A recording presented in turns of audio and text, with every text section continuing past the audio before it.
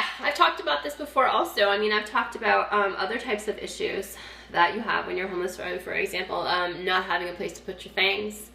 So there are women who are working who, I mean, even once you get a bed, it doesn't mean you have a place to put your stuff. If you don't have a locker, whatever it is that you have with you during the week, whatever it is that you need during the week, you have to have it in a bag. We're called bag ladies for a reason, you know.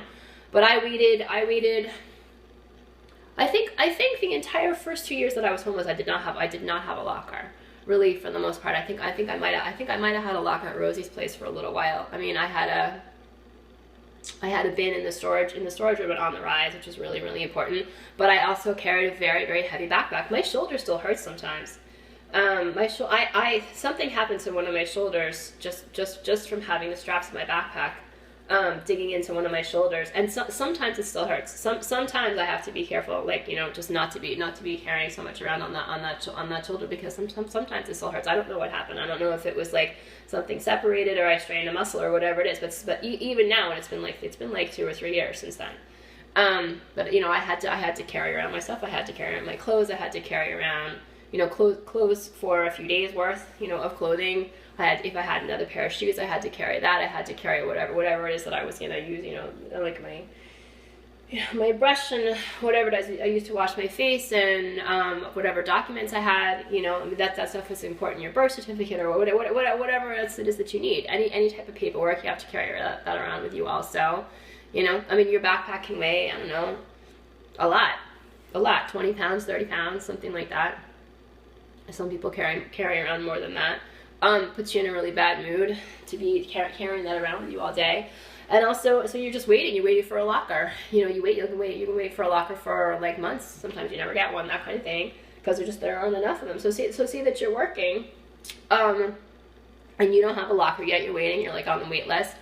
You know, you can, at some places, you can have your stuff put behind the front desk, but you have to make sure that someone who works there puts a note on it. Like, you have to have someone who works in the office put a note on it, that you're allowed to keep your stuff, and if that note doesn't get put on there, it gets lost, and you have staff who decide they're going to throw stuff out that day, all your stuff can get thrown out.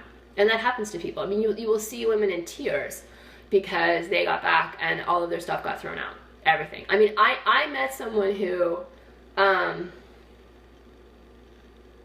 had a Bible that she had for like 10 or 20 years with like all these notes that she had written in it. It was like really, really, really important to her. And that was in a bag of hers that got thrown out by staff.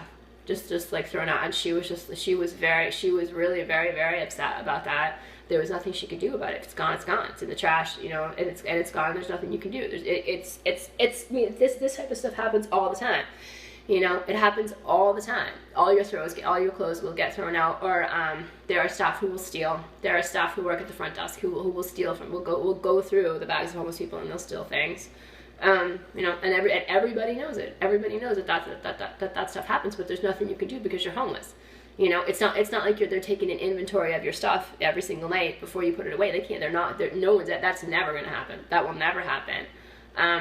So, you know, I mean, but if you're doing something like, if you're doing something like working. Oh, and also you have to have a reason to have someone put a note on your stuff to keep it behind the front desk. You can't just leave your stuff there during the day if you don't have some kind of reason. So like, if you're working, that's a reason, right?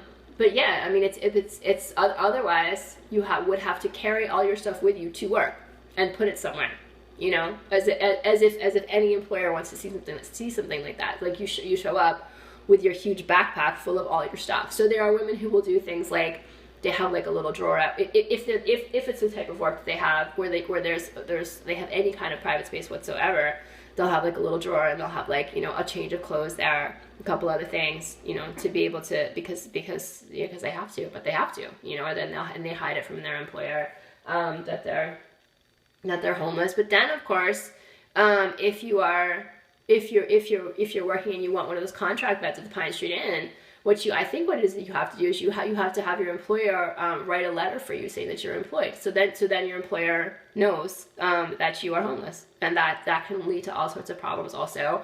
I don't think I've ever been in a shelter where you were able to sleep there during the day. So it's not like it's possible to get an overnight job either. I mean, the number of problems that are there if you are trying to be functional, and productive and take care of yourself when you're homeless. These are things that nobody understands. The public does not know these things. They don't know these things because homeless people are very, very, very stigmatized, and they have no power. They have no power. I mean, it is the ultimate of having no money, and therefore having no power. They have no power to influence decisions that get made about them, because they are not considered to be valuable human beings by pretty much anybody.